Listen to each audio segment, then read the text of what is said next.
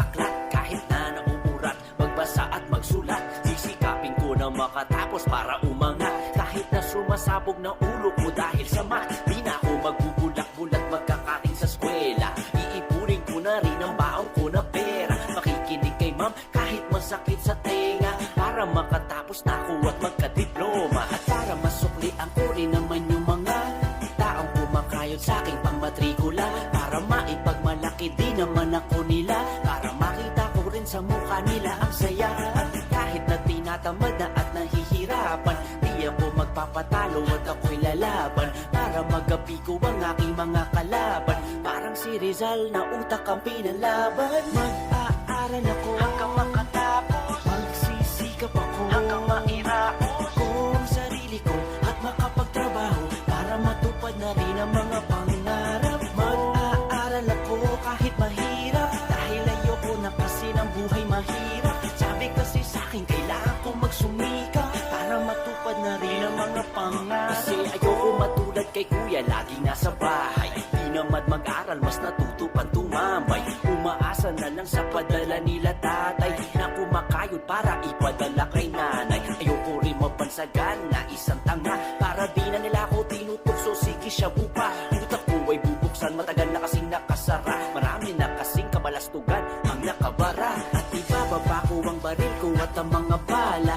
uupo na lang ako't magbabasa sa sala, at pag-aaralan ng planeta at mga tala. Pupunuin ko ang utak ko hanggang magkasya. Kung merong computer, tatamay ako sa Google, para di na ako laging nagmumukhang inutil, para di na ako nauutupan ng iba, dahil may isip na ako at di na ako magpapabenta. Mag-aaral ako hanggang makatapos, magsisikap ako hanggang mairaos ko ang sarili ko at makapagtrabaho, para matupad na rin ang mga pangarap. Mag-aaral ako kahit mahirap, dahil ayoko na kasi ng buhay mahirap. Sabi kasi sa'kin kailangan ko magsumika, para matupad na rin ang mga pangarap. Kasi marami akong pangarap na gusto kong tuparin, kahit na tingin sa'kin ng mga tao'y salari. Gusto ko maging piloto para maabot ang langit. Gusto ko rin naman umawit kahit boses ko ay pangit. Gusto ko maging doktor at labanan ng bakterya, o kaya abogado maghapong nasa Syria,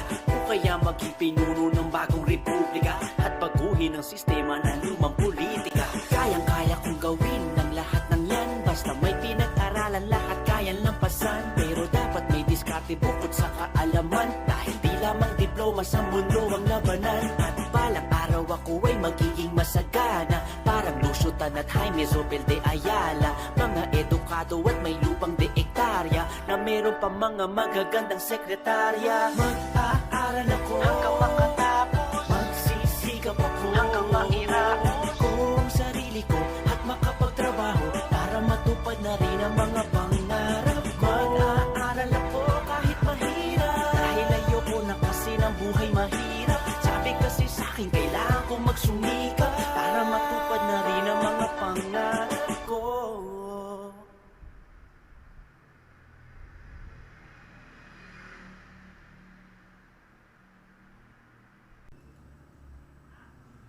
Halimbawa lang po na si Kuya QC ang mag-aaral sa lahat ng nabanggit. Gumanap lang po siya eh. Sisimulan po ni Kuya QC na magbasa ng lecture sa kwaderno at magbasa ng aklat. Magkaiba po kasi ang nakasulat sa kwaderno niya at sa aklat. Kinopya po sa blackboard yung nakasulat sa kwaderno ni Kuya QC, na hindi naman po nakasulat sa aklat. Pasok lang po ng pasok si Kuya QC kahit sumasabog na ang ulo niya sa math. Nabawasan na po ang pagiging sobrang gastador ni Kuya QC, kaya po nakaipon na siya ng mga pera. Sobrang lakas po ng boses ng ma'am ni Kuya QC, kaya po nasabi ni Kuya QC na masakit sa tenga. Gusto po ni Kuya QC na makatapos siya at magkaroon ng diploma. Mga tao po ang mga kalaban ni Kuya QC na nanghihila sa kanya pababa. Gusto po ni Kuya QC na tumayo siya sa sariling paa niya, para hindi po siya magaya sa kuya niyang tambay. Magpapakatino na po si Kuya QC. Wala na pong babarilin si Kuya QC. Hindi na rin po niya lalagyan ng bala ang magasin ng mga baril niya. Pagkakasyahin po ni Kuya QC, sa utak niya ang napag-aralan niyang planeta at mga tala.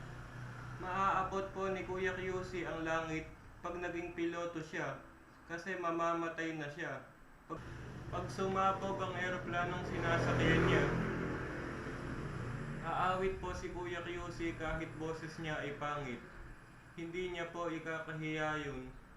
Lakas loob pong magiging doktor si Kuya QC na lalabanan niya ang bakterya. Gusto pong maging masagana ni Kuya QC balang araw at magkaroon po siya ng magagandang sekretarya.